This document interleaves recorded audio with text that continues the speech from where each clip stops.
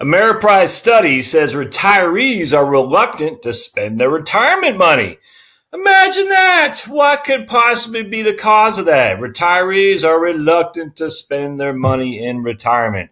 Welcome to Heritage Wealth Planning, my friends, a place you come to learn all about retirement planning, why retirees are so reluctant to spend their money, why, I hate to say silly because I'm not disparaging the people who are reluctant, but it's just the nature of the beast that we're dealing with here, where everybody's been told that no one's saving enough, we're going to run out of money, Social Security, blah, blah, blah, blah, blah.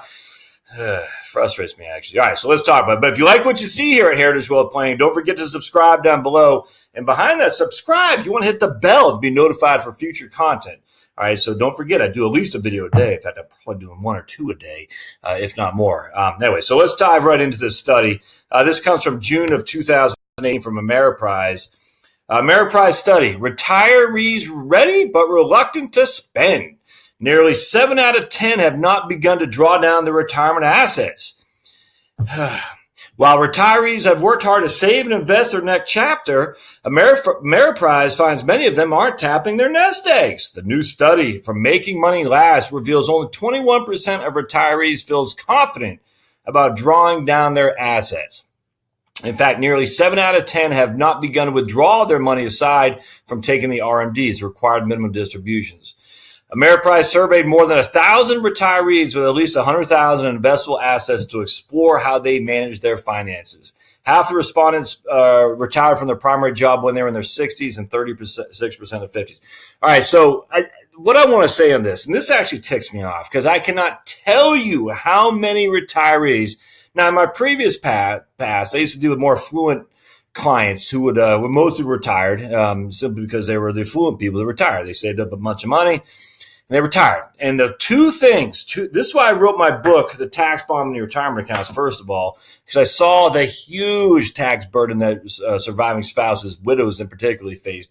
But secondly, I can't tell you how many people I've talked to, surviving spouses, widows, that just did not enjoy that time from 60 to 70 to 75 as much as they could have for fear of running out of money. And now their surviving spouse, their spouse has passed on, and now they're just them. And they're sitting there thinking, I got this bulk of money here, but I'm not spending it. In fact, I'm making more than I'm pulling out, even with the required distributions. I've heard that once, and I've heard it a million times. And it breaks your heart because like you should have been able to enjoy those years from 65 to 75, let's just say. But they're so scared. I was dealing with a lady. She called me. She found me I forgot how she found me. Yeah. But she found me locally here. And her mom and her dad were really worried about running out of money. And I just did a quick, back of the envelope synopsis here of their current accounts. And they had no debt, none whatsoever. They had no debt. They had Social Security. They haven't started taking Social Security yet. They, I don't know, like $150,000 or something like that in total accounts. And they were worried that they were going to be the poorhouse. And I said, how much do you all spend? $3,000 a month. I'm sitting there thinking, so the issue was they thought they were going to have to sell their house and move because they couldn't afford it. The husband wanted to keep the house, but he didn't want to do the landscape anymore because he was disabled, like 76 years old or something like that. And I'm sitting there thinking, you got $150,000. You're getting all the income that you possibly need from Social Security. You don't have any debt. I mean, you can certainly downsize. Don't get me wrong, but why are we panicked? And they're worried about running out of money. And I said, the only time that's going to happen is if you start lighting cigars with $100 bills. I mean, you're just, $150,000. Let's just take our trusty old calculator here. Let's say live another 20 years. That means they can take $7,500 a year from those accounts without even drawing any interest, without running out of money. That's $625 a month right there, without even adding any interest, without running out of money. Yeah, they got to pay tax on that, but they're only making $33,000 or something like that, $36,000 in Social Security. I think he might even had a small pension too, if I'm not mistaken. But anyway, they're making more from Social Security and the pension than they were spending. And because there's a small pension and Social Security, their taxes are basically nil. And that included Medicare premiums too. So I don't be that person. It's sad. We've been trained in America so much to think, and it bothers me actually because it's simply not the case. And so what's going to happen now is the husband's probably going to die. She's going to be left with a house, which was 100% paid for, sell for $350,000 or $250,000. She has a portfolio of $150,000. Even if it only put in bank CDs, it won't lose. It'll stay at 150. That's $500,000 right there. She'll lose her Social Security step into his, and she has a survivor benefit on the pension, 100% joint survivor life, which means she's getting her his full pension. Again, it's like $5,000 a year or something like that. Wasn't much, but still, $500 or $600 a year. That's not too shabby. So she will lose a Social Security. That's a fact. But she'll also lose Medicare Part B premiums and Medigap premiums too. So sad. I dealt with that a lot. So many respondents retired with a substantial amount of money. In fact, the median. Now remember, median means half above, half below. Savings was $839,000. However, for some retirees, there's a good reason behind the reluctance to spend. A quarter of the respondents said they're not sure whether their money will last throughout their lifetime.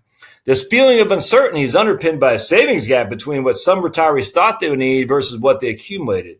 The enterprise study reveals that 25%, or 1 in 4, they fell short of their savings goal by $250,000. So basically, they were hoping to get $1 million in savings. 25% didn't have $1 million, and so they only had their $250,000 short. So they think they're going to run out of money.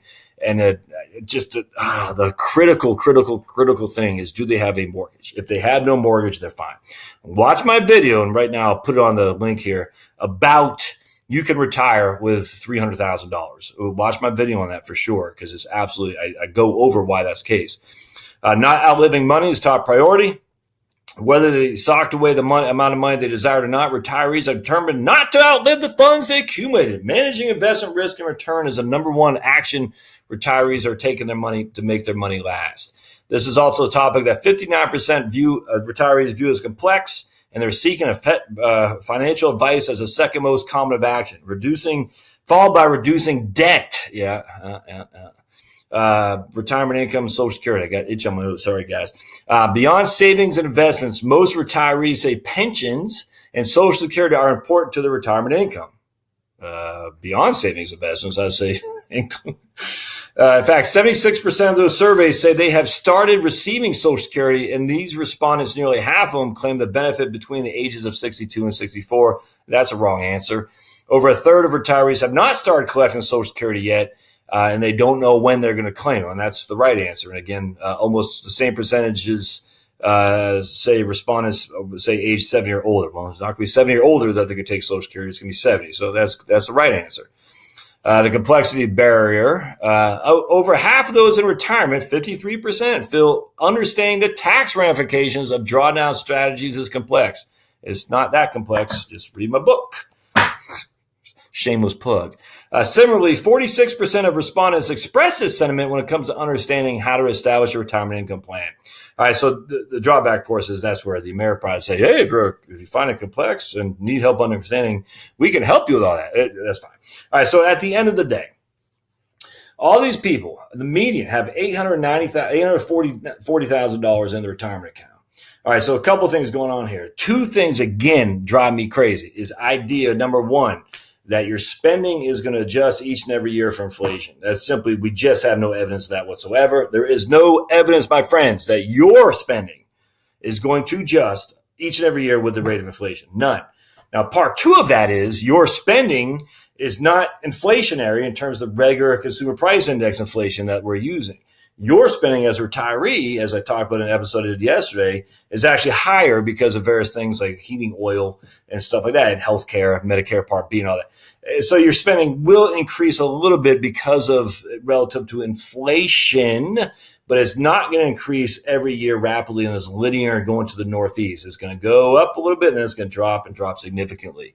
And so that's the problem that I have with all these financial planning software, frankly. It says, oh, here's your spending and here's your income. And someday your spending is going to go up and now you're going to have this big gap and we better sell you an annuity. It's the wrong answer.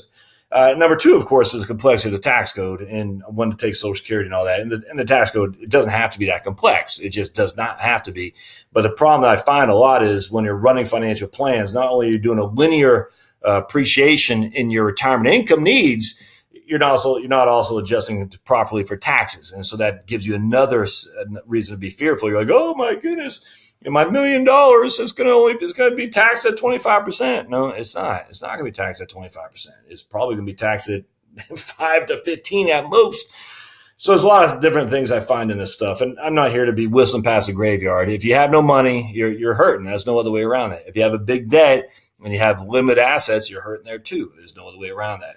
I just want to point out that if you have any kind of money into the six figures of retirement assets and you have no mortgage, you're going to be fine. There's just no two ways around that.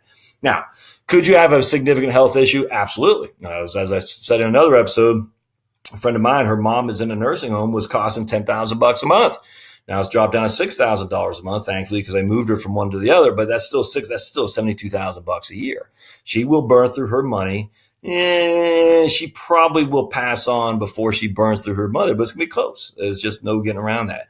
Thankfully, that doesn't happen to many people. In fact, I'm going to do another I'll do another episode. I've been meaning to do this for a long time.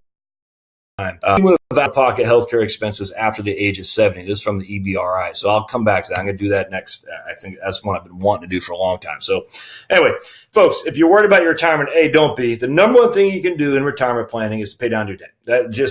I cannot stress this enough. If you have no debt, you're going to be fine. Pay it down, pay it down, pay it down. Do not tell me, well, the market's giving me, I don't care. Pay down your debt, pay down your debt, pay down your debt. And don't freak out. Don't forget, if you don't spend it while you and your spouse are alive, your surviving spouse will spend it more simply due to taxation. All right. And then if you leave it to your heirs, they're going to spend it more simply due to even more taxation because they're going to be working, which means their tax brackets are higher. Don't let that be you. Use your money. It's your money. Don't use it to Uncle Sam. It's crazy. All right. Well, if you like what you see here, subscribe down there. Yeah, that side. The bell to be notified. Don't forget the bell to be notified. What else I want to say? Thumbs up are always helpful. Thumbs up. Share the episode with folks you like that you know who might be interested in stuff. And lastly, comment. I'd love to hear your comments for sure. Go to the blog at heritagewealthplanning.com, heritagewealthplanning.com, and we'll see you next time on the Heritage Wealth Planning YouTube episode. Thanks, guys.